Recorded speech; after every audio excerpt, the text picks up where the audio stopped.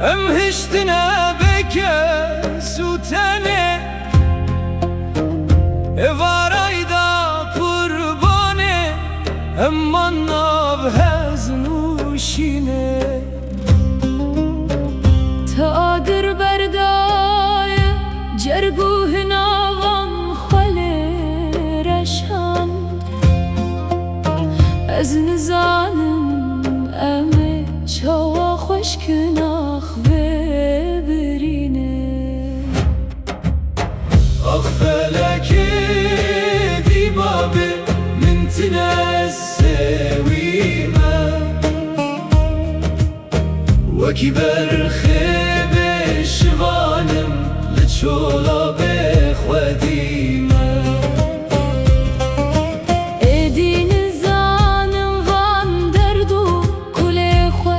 جکرا بجم وگزارو کک به مفر و بیچاره به سریمه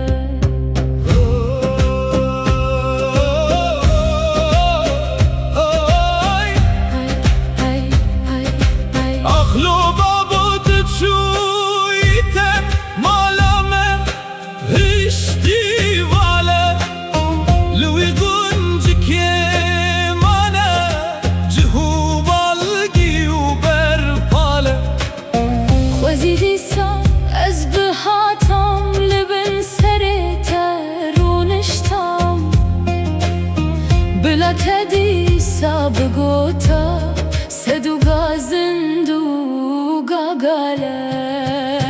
آخ فلکی دیبابه من تنسویمه وکی برخه بشوانم لچولا بخودیمه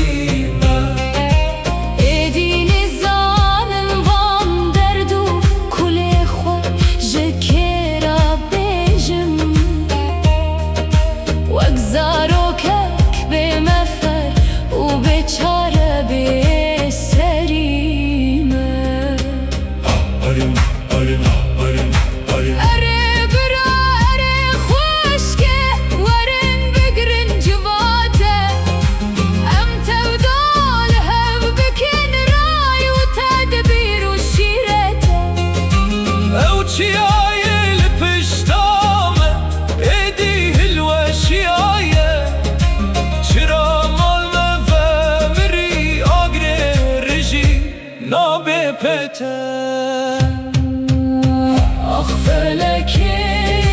دیبابه من تنسویمه وکی برخه بشوانم لچولا بخودیمه ایدین زانم وان دردو کل خود جکرا بجم وگزارو کک به مفر و به چاره به سریم